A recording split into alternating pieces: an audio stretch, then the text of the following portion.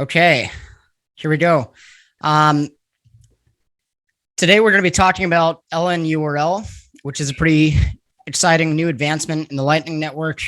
Makes life a lot easier, and there's nobody better to join me than developer I actually worked with at Bitcoin Reserve, John. So, John, great to have you on the Exit Plan podcast. Thanks for having me, Andrew. Yeah, so before we get started and kind of talking about LNURL and everything that comes with it, could you just describe a little bit about yourself? Yeah, so yeah, we know each other from working on Bitcoin Reserve, but and that's what I've been doing for a while. But just a bit of background. I am just I'm from a tech background. Let's just say a big tech company for a long time, and caught the Bitcoin bug. Let's say I think about 5 years ago, and then slowly Bitcoin was pulling me out of my traditional job, and my traditional job was pushing me out because of a lot of nonsense going on there. So it was kind of a push and a pull, and eventually a couple of years ago walked away from the corporate job and dove full-time into Bitcoin. And that's when I kind of had the opportunity to talk with folks at Bitcoin Reserve. You were already working there, I believe, at that time. And then since then, I've been helping build various aspects of it. And that was also how I stumbled upon LNURL recently. So yeah. Sweet. Yeah, it's it's a really interesting concept. So basically, could you just describe like what LNURL is, just real quick for anybody that doesn't listen? And primarily, the people who listen to this podcast are already Bitcoiners, but some people, getting interested in Bitcoin may not know about what it even is. Yeah. So with Bitcoin, we have the base layer that everybody knows about, where you have the blockchain, and miners mine blocks and transactions get in the blocks. That's the base layer. And the next layer on top of that is the Lightning Network, where you can transact with each other without having as much of a blockchain footprint, if you will, where you can it helps scale Bitcoin network, because otherwise the whole world using Bitcoin, what we envision the end state of all this to be, is just not scalable on the base layer. Despite how much block size increases people say will solve it, it won't. It's just not scalable that way. So the Lightning Network is one of the attempts to solve that problem. And Lightning Network is great. It's being built out. It's already out in production, obviously, and a lot of improvements are constantly going on there. And one of the projects that aims to sort of fill in a little bit of gaps, if you will. It's not quite the right way to say it, but it's to make Lightning use a little easier. It's a layer on top of Lightning, and sometimes people call it layer 2.5 because it's not quite a layer like a layer 3, if you will, but it is nevertheless on top of Lightning. So that's kind of the high-level overview, I guess, and it helps users use Lightning a little easier. That's one way to think about it. So let's get more granular. Oh, I think my audio changed a bit. I'm still getting used to the audio stuff. Let's get more granular. Like, what does it actually do from a noob's perspective? What are like the use cases of LNURL? With Lightning specifically, the way Lightning works is, let's say you and I are transacting, and I want to send you money. So there is no way for me to just send you money unless you create a Lightning to me. So the protocol is built in such a way that it has to be initiated by the receiver, and the receiver has to show an invoice, and me, the payer, will invoice or to be online to receive it, and that's kind of how it is now. What if I want to send you a Lightning payment, what would I do? I have to somehow out of band contact you and say, hey, get your wallet, please send me an invoice, and I'll pay it. And that is okay most of the time. But what if there was a way for me to just communicate with your wallet without you even without me having to contact you out of band, but within the protocol itself? If I could say, hey, I want to pay you 10 sats or 100 sats, please make a invoice and just show it to me, and I'll respond to that. The Lightning protocol itself provides no means to do that. I somehow have to communicate out of band, outside of the Lightning network, whether it's IMing you or calling you or something like that. Now, what LNURL does is kind of standardize that interaction, where I can contact a software that you are running and say, hey, please create an invoice and send it to me if I am initiating the payment, right? What LNURL does is create a sort of standard protocol by which you can run something on behalf of you, and my wallet can simply communicate with that thing. Let's just call it a thing for now, to say, hey, please create an invoice for this much and show it to me. Got it. So yeah, just a real world use case for this. It's obviously in normal life, it's difficult to just transact in local commerce if every single time the recipient of a payment has to manually generate an invoice and send it to the person sending them the payment. So yeah, I mean, that's kind of an issue that happened, that I guess Lightning had kind of a flaw that needed to be worked around. And now with LNURL, based off of what you're saying, you can just post an LNURL address and then somebody can send you whatever amount of Bitcoin they want, and you don't have to do anything.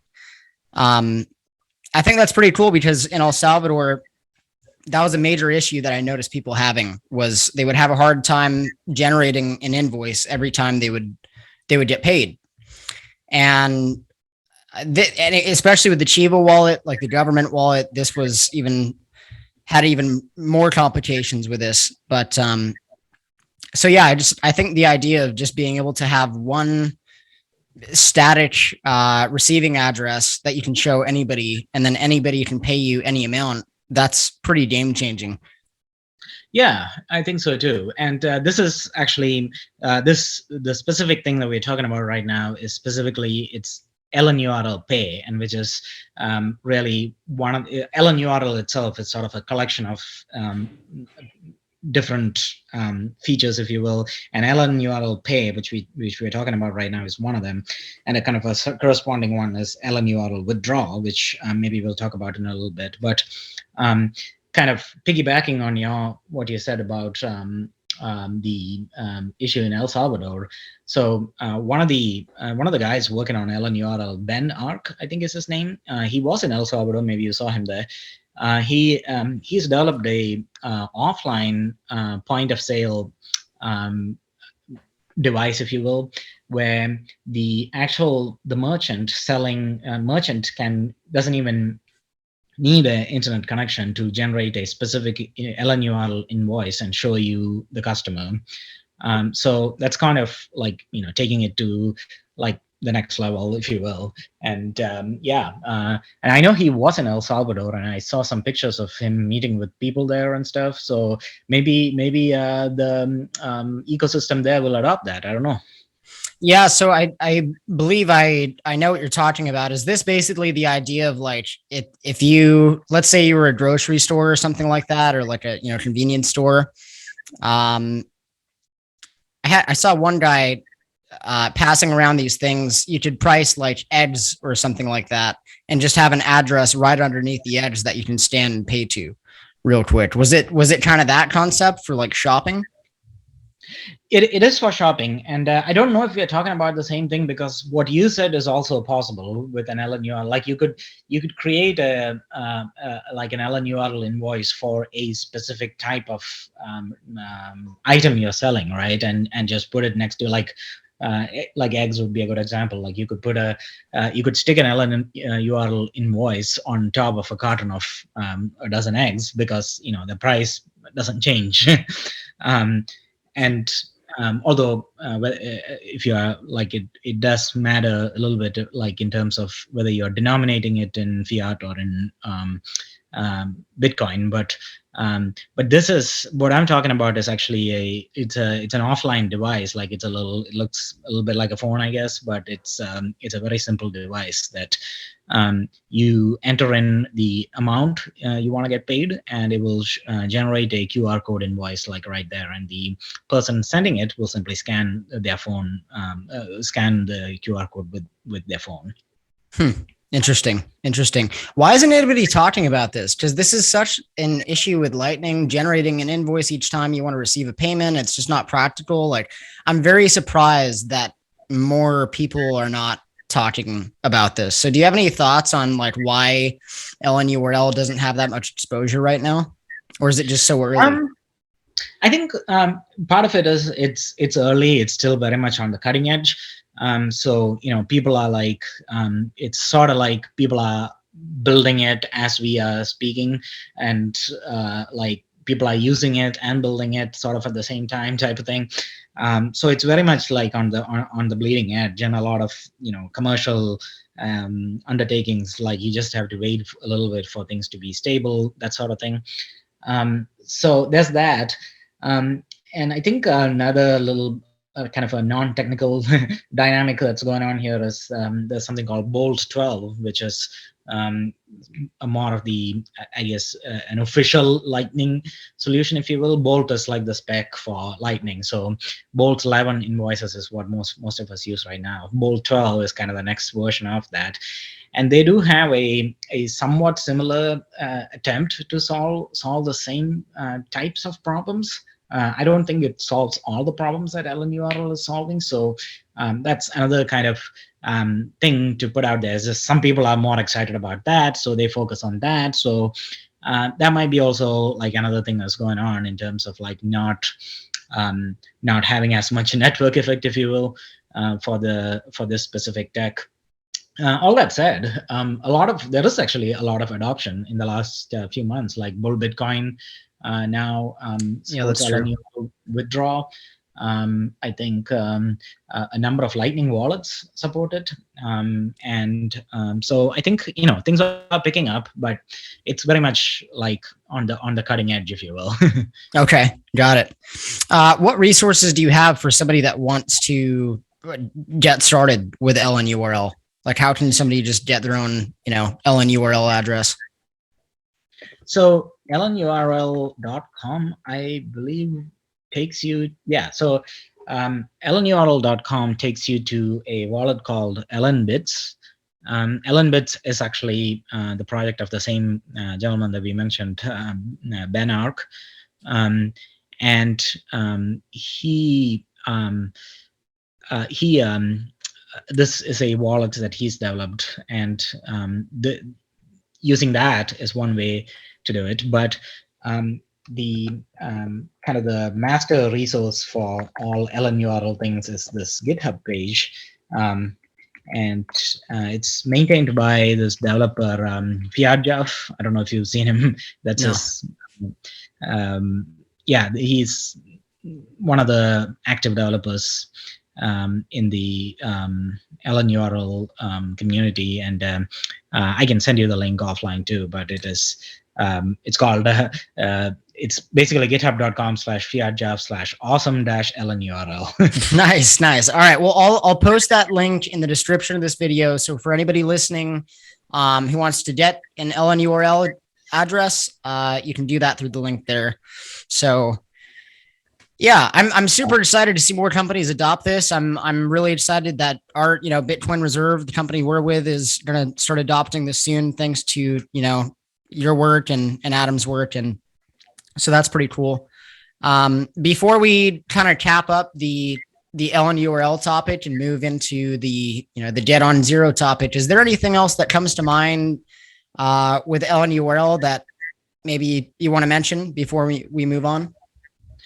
Maybe just quickly the LNURL withdraw side of things as well. So what we talked about so far is the pay, right? So, um, so I want to pay you. So how can I pay you by me initiating the process is sort of the LNURL pay aspect of it. The other aspect, which is kind of where we Bitcoin Reserve will be implementing something to begin with, is LNURL withdraw. So let's say, I mean, we are an exchange, on ramp, whatever you want to call it, and if somebody wants to buy Bitcoin with us, they buy Bitcoin, we charge their credit card or bank account or whatever it is, and then we need to send Bitcoin to their address. So on chain, it's easy. You ask for a Bitcoin address, we just send it. With Lightning, it's sort of the same problem in the sense of like they would have to create a Lightning invoice, send it to us, and then we would have to pay that invoice. That's how we would pay to them. So that's okay, it's doable. But the problem is it's sort of like it's an interactive back and forth where they would have to get in online, and then log onto a website or something, create an invoice, and interact with us back and forth and take that Bitcoin. Not a big problem, but something that LNURL withdraw makes it a little easier is we, the exchange, or whether it's an online exchange or an ATM or whatever it might be, we can display something called an LNURL withdraw code, and they can simply come and scan that, and everything else just magically happens. So it's a way for us to say, hey, here you have your Lightning sats ready to withdraw. Just whenever you want, log in and scan this with a LNURL withdraw supported wallet, and you'll get your sats in your wallet.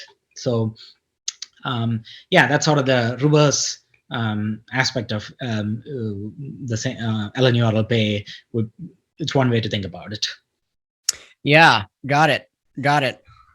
Okay, well, yeah, that makes life a lot easier with Lightning, and yeah, hopefully that's a little easier to to implement and for people to use and stuff like that. But pretty exciting to see. So, all right, so let's get on the dead on zero topic. You've been talking about this a lot.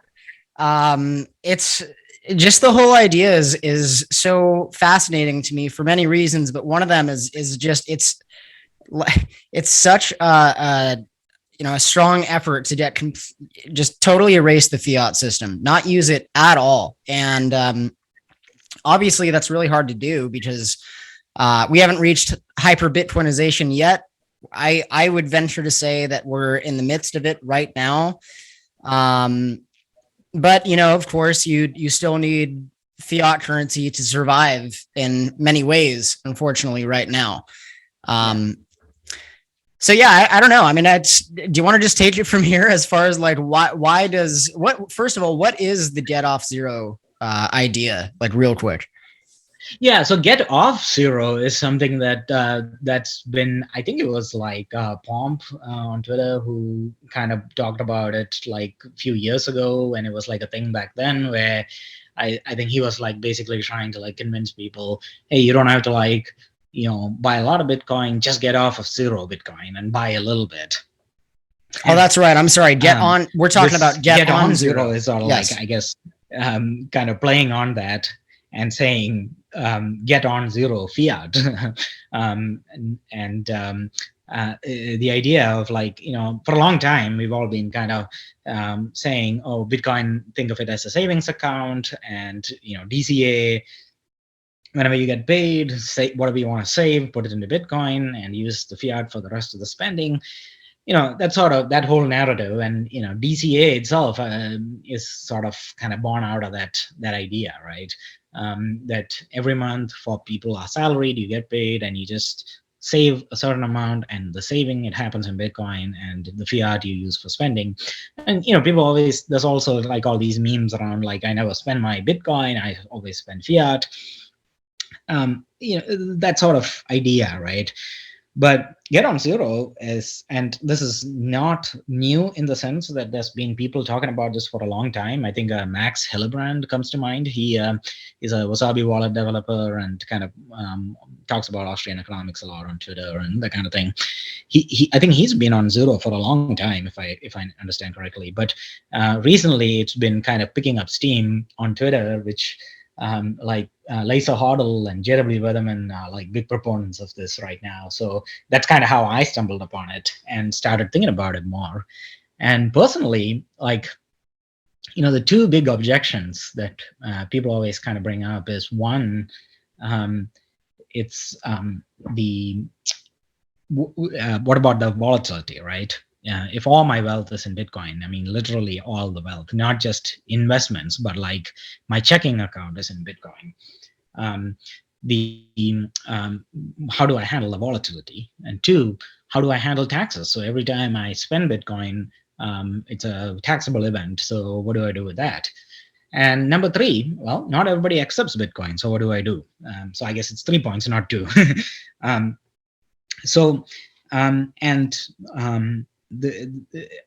Just kind of seeing this idea again recently made me kind of just think through these three things. And I think all three things are like, they are legitimate concerns, but maybe we can like dive into each one of them a little bit. But I think there are mitigations, if you will, for all of them. And I think now is the time to like literally have zero fiat exposure. So let me just address that real quick. So the volatility, I want to dive more into that because a lot of people, like you mentioned, a lot of people have concerns over, I mean, how can I have 100% of my net worth, including my checking account, in something that could drop 20% in a day? So, I mean, this is basically just something for people who are super hardcore into Bitcoin, who are willing to just roll with the punches, basically? Yeah, sort of. I mean, actually, before we get into this, we should probably say that neither of us are financial advisors, and this is not financial advice. Right? Oh, yeah, that's true. All that something, not financial but, advice. That said, yeah, volatility, it is a real concern. So, the time period which we are living in right now is sort of unique in that everything is volatile, right? Like fiat is volatile in terms of prices. So the prices of commodities are going up, and I mean, inflation is everywhere. Jerome Powell in the United States have declared that it is not transitory anymore, I think, or he said he doesn't want to use that word or something. That's one way to think about it. Is like, everything is volatile. Do you want long-term volatility to the upside or to the downside? That's one aspect of it. And maybe 5 years ago this wouldn't have been as big an argument, but today with the inflation climate, if you will, the level of inflation that we are dealing with right now, and also knowing that you never know when this predictable inflation, even if it's like, even if it is there, if it's predictable, I suppose you can plan somewhat around it. But when it gets out of control, right? Like when inflation goes out of control, central banks can't do much. Like once it goes out of their hands, and given that can happen at any time, or if you believe that can happen at any time, do you want exposure to fiat at all? That's another aspect of it. Yeah, that's the question, right? I think there's is it the quote from one of the Rothschilds? He said there are decades when nothing happens, and there are days when decades happen. Something like that. Right. Yeah, I don't know who it's from, but I have heard it, and it's very true. Yeah. Yeah, it is. I mean, it's kind of mind-blowing to think that we're in a point right now where I say this stat a lot, but we're about $289 trillion in global debt, according to the Institute of International Finance. And Yeah, I mean, there's the gradually then suddenly phrase. Like, Yep. the inflation, sure, the last 10 years, year by year, at least in the United States, we're both primarily, involved with, year by year, the inflation hasn't been that crazy, but over the last decade, it's very noticeable. And now it's getting very noticeable year by year. Like we talked about on our Spaces chat, how like in Europe, energy prices are 27% higher than they were last year, including oil and gas. So that's a big number. And this is just picking up a lot more. And I think the average Joe is starting to feel inflation a lot more and really notice what's happening. So Yeah, absolutely. And yeah, I think more so than, like price increases is obviously bad. But what really scares me these days is just the degree of unpredictability. Like people can't even quote prices a year out from now. That is a much scarier prospect to me than okay, it'll be higher next year, or it'll be X% higher. I mean, with that, there is at least some degree of planning you can do, even though it is in a less than ideal situation. But when you get to the point where, yeah, I can't even tell you what the price is going to be, that is just scary. Yeah, definitely is. I want to play devil's advocate here. So given that, eventually it's going to happen at some point. Like the US dollar is not going to last in value forever. And every time currencies die, it ends in a pretty bad situation where everybody loses their value. And, because the currency is getting so inflated so quickly. But that being said, I mean, why would I, as somebody who is basically balls deep in Bitcoin, why would I put the extra effort in going, 100% off of fiat when maybe, let's just use an example here. Like maybe you want to have $1,000 in your checking account for whatever expenses you need, or maybe $2,000 in case an emergency happens or something like that. Like, why would I want to put the extra time in getting on zero when it's such a minimal amount that I'm even keeping in fiat? Yeah, I think it is very. I think this is where kind of the of the 3 points that we talked about, like the last one of like the convenience aspect of it, right? Like not everybody accepts Bitcoin, so given that all my spending is in fiat, why not just keep a little fiat just for the sake of convenience, right? Because that's, if there's an emergency, that's what I'm going to need, because I go to the hospital and or need to buy extra food or something like that. They're not going to take my Bitcoin. They're going to take my fiat, at least for now. And so why bother with this? So I think the sort of there's two things here. One is there's a company in the US called Level Bank with Level, I think is what they call. Level.co is their website, LVL. And the CEO of the company, he has this Google spreadsheet where I think he kind of did this analysis of, like, I think he said, okay, for a person who gets $100,000 a year, and this much expenses and this much this and this much that, if you had just saved in Bitcoin for the last 3 years, like as in save, not just save in Bitcoin, but like if you were 100% in Bitcoin, and he came up with some number that that like he would, like I would have an extra, I don't know, $500,000 or something like, I don't remember what it was. Well, it can't be that much, but it was some significant amount that his calculations yielded of, like, okay, I would have this much more today if I had done that, right? If I was 100% in Bitcoin. Right. So I guess the sort of motivation to do it would be, in the long term, it'll actually make a big difference, being 100% on Bitcoin in terms of how much money you end up having.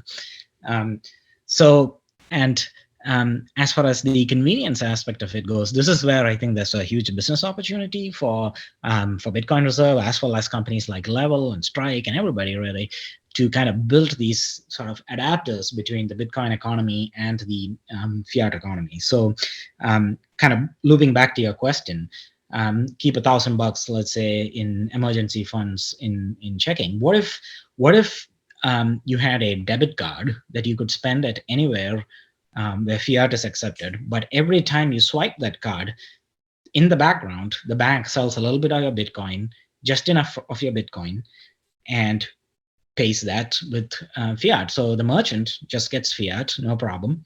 And you are still 100% in Bitcoin, and you can spend your Bitcoin just as easily as you can spend your fiat. And that's where, and I think that is one of the things that Level is planning on doing, at least in the US. So I think when it gets really convenient to spend your Bitcoin, I think it makes even more sense. And we are slowly getting there. Yeah, I think so too, especially for people that get paid in Bitcoin. That's always a major issue is, okay, I want to keep the majority of my stack, but how much do I have to liquidate in order to survive? And it's really a huge inconvenience if you're getting paid 100% in Bitcoin. And that's a problem that gets solved a lot with Get on Zero. The one thing you brought up, taxes. And yep, I'd like to talk about that too, because given that you basically get rid of your Bitcoin, it's a taxable event. How are people going to be doing this with that? Yeah, so this is where I think the first thing to kind of remind ourselves is, the two options of, okay, I keep some money in fiat and I spend that, versus I convert everything to Bitcoin and I spend the Bitcoin, right? So in the second option, it is true that you will have a gain, a capital gain every time you sell, and that you would have to pay taxes on that. But it is still better to have a capital gain and pay taxes on that than not have a gain at all, right? That's true. If you kept everything in fiat. Yeah. So that's sort of the first thing to kind of remember. Now, that said, it is still a pain in the butt. You have to keep track of all this. And that's where, again, this is a business opportunity, I think, for so Level is going to completely, if I understand them correctly, one of their goals is to actually automate this process where you send them Bitcoin, and then the cost basis, I suppose, would somehow have to be kind of communicated to them. I'm not entirely sure how it's going to work, but I guess it's easier if you are just buying on that platform as well. They know the cost basis, and then every time you spend, they know how much the gain was, and they just give you monthly or yearly or whatever a document that says this is how much gains you had, and this is how much taxes you got to pay. And of course, this is all assuming that you are in a jurisdiction where there is capital gains. But yeah, maybe if you are in Bitcoin City, you don't even have to worry about it. I don't know. Yeah, exactly. That's the vision we all have, right? Like, yep. Bitcoin gives the ability for people to not be stuck with their wealth. This is the first time in human history where, like Bitcoin, I always say Bitcoin is the money of refugees. Like, if you picture yourself in a horrible situation and you need to leave your country, gone are the days where you have to sacrifice everything you've worked for. All you have to do now is just memorize your private keys, right? Memorize 25 words in your head, or just have it written down on a piece of paper, multiple pieces of paper, of course, like geographically distributed and all that. But so with that, now jurisdictions have an incentive to make the quality of life better for their citizens and actually attract people, now that they can attract citizens with wealth. So before, under the fiat system, nation states have no incentive to bring new citizens in, especially from countries where there are rough situations, because they're poor and probably in need. But now they have this incentive to bring more people in their countries. So yeah, really cool stuff. As far as how this actually works with Get on Zero, so basically my understanding is you send whatever company let's say your paycheck for the month, and they hold it for you. And on this card, every time you swipe, it converts that Bitcoin into fiat, and then theoretically you would get an invoice like every year or every month or whatever, showing whatever your capital gains were. So that's basically how it works, correct? Yeah. That is. I think that is how it will work for most people who want to kind of adopt this strategy, at least in this transitionary decade or whatever it's going to be, where there is kind of the fiat economy, and parallelly we are slowly building up the Bitcoin economy. And then, but if you're dealing with other Bitcoiners, which admittedly is not a lot of the time, because most people are not Bitcoiners yet, you could just pay them directly in Bitcoin, and then so this is where kind of going back to, like, there are huge business opportunities, I think, to build these various kind of ways for people to hop in and out of these two economies. And kind of a reverse of this, if you will, is what Strike started out with, and something we are working on at Bitcoin Reserve as well, is to kind of the reverse of this, where if you are a person in the fiat economy, how can you pay a Bitcoin invoice to somebody in the Bitcoin economy? That's where, with Strike, for example, it's hooked up to your bank account, but you can pay a Bitcoin invoice by simply scanning an invoice, and Strike takes care of everything else. So that's kind of the reverse hop from the fiat world to interact with somebody in the Lightning world, as opposed to the debit card, which is somebody in the Bitcoin world paying somebody into the fiat world, right? Yeah, I think to play devil's advocate with something like this, you could say that Bitcoin is about peer-to-peer transactions, and there shouldn't be a centralized company involved in between. And yes, that's absolutely our end goal, but in the interim, I don't see how it doesn't make any sense to have a company exactly like what you're talking about, where they help Bitcoiners not have any fiat and survive on their entire stack, and then they can stack more, and they don't have to sacrifice a percentage of their future gains per month just to survive. Yeah, that's right. Yeah, and also kind of the reverse use case that we talked about is like where if you are a Bitcoiner, and let's say you are a prominent person who got canceled, but a lot of your audience is still in the fiat world, you could throw up a Bitcoin invoice or an LNURL pay QR code, and people could use a product like Strike and or something we might release soon to simply scan that, and from their perspective, everything is still in the fiat world, but from the receiver's perspective, they just got Bitcoin. Yeah, that's pretty cool. That's pretty powerful. Yeah, I like the idea too, is if people are getting canceled, because that's I've got a lot of friends who do journalism and the freedom movement, and yeah, they get canceled and their entire financial life is just completely turned upside down in a matter of hours. And that's a really scary thing. So for Bitcoin to provide a better way out for people like that, it's a really beautiful thing, I think. So that being said, with the debt on zero stuff, is there any other sort of interesting use cases for this? You mentioned people getting canceled, but anything else comes to mind as far as kind of what the near term future looks like for this? Let's see. I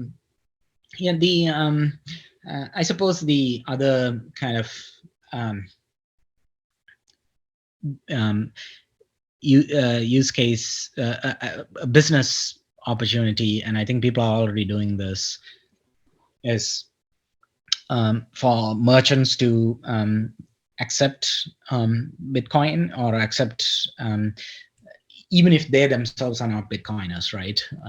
Like you could have, I think people in El Salvador are also doing this, where you can pay a merchant in Bitcoin, but immediately for them it gets converted back to fiat or whatever denomination they want, however they want their currency to be denominated in.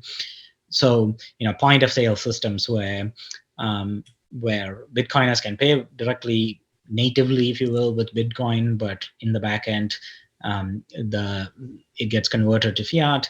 And also the idea of getting paid, where like if your employer doesn't know anything about Bitcoin and they pay you in fiat, but you can set up your bank account such that it immediately just converts to Bitcoin when the paycheck hits your bank account.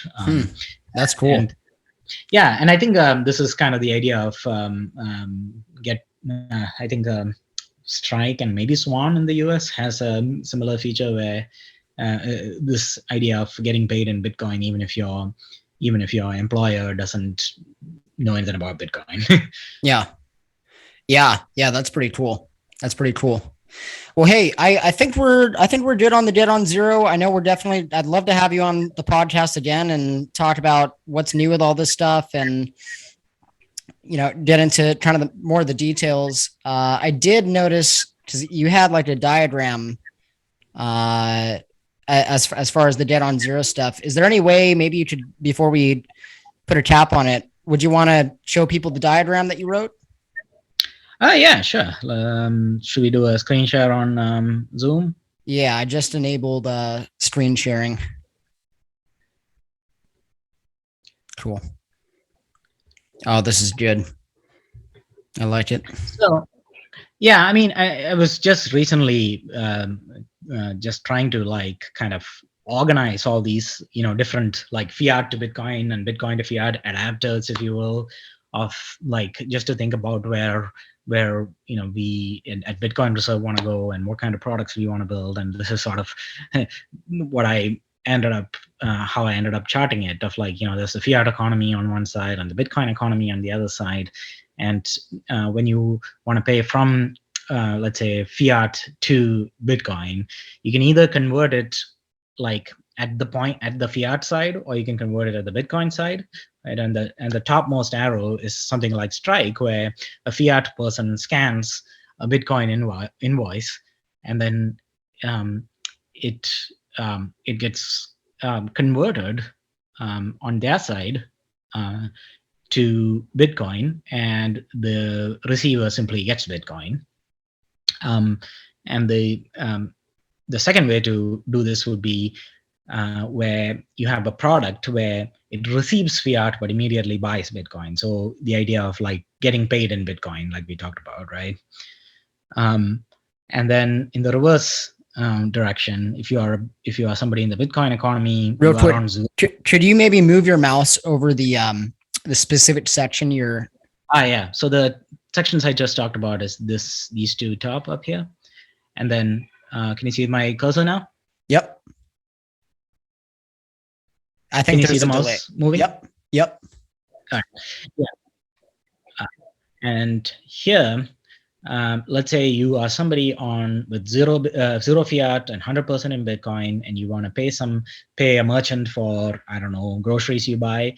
Maybe their point of sale system here would have something where it throws up a Bitcoin invoice and you pay the Bitcoin invoice, but on their side it shows up as fiat, but or not, or if it's somebody who's also in the Bitcoin economy, they don't have to convert it.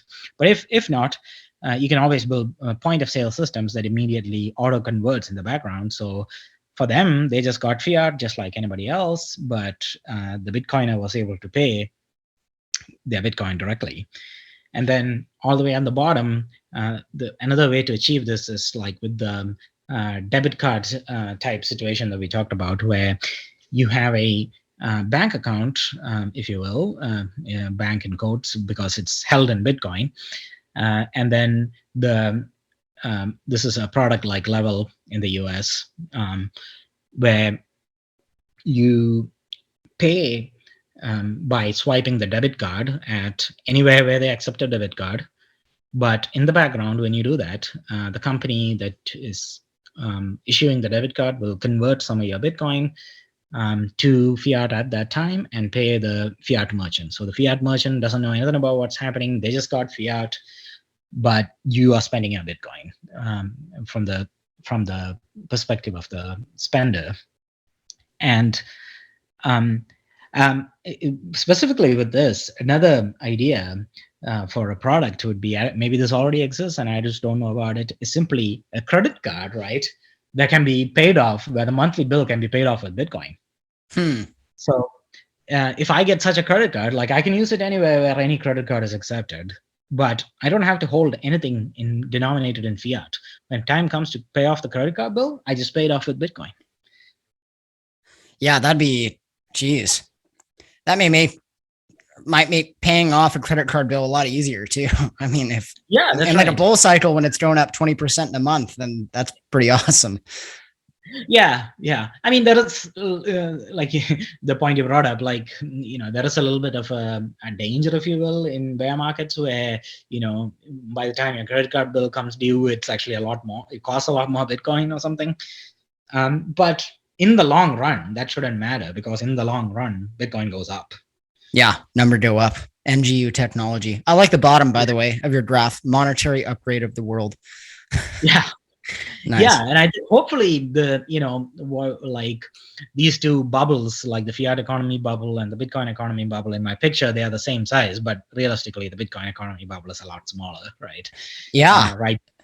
But hopefully, that side gets bigger and bigger and bigger, and the other side gets smaller and smaller and smaller, and some days the left side won't even exist. Well, yeah, the only true bubble is the fiat bubble, and Bitcoin's popping it. So yeah, that's right. Yeah. What do you call a bubble that never ends? A new form of currency that's getting adopted. That's right. Yeah, that's what it is. So, well, hey, definitely appreciate you taking the time, John. And these are super fascinating ideas. And I don't know, it's so exciting to work in this space and just see what's going on from kind of the back end, because, there are still people out there who, I don't know, they're, especially the media, they always use the same old FUD. And, oftentimes my point is people don't really see what's actually getting developed, and there's so much getting developed. So, yeah, you want to give us your contact info and maybe any closing statements before we log off? Sure. Yeah, if anybody wants to reach me, I'm on Twitter. I actually have to look up my Twitter handle because I don't post that much. I mostly just retweet other people's things. Yeah, it's JS7TX21. If anybody wants to get in touch, I'm available. I'd love to talk to other Bitcoiners or people who have questions. That's about it. Thanks for listening. Yeah, for sure. It was a great time. I'll end the recording now. Cheers. Awesome.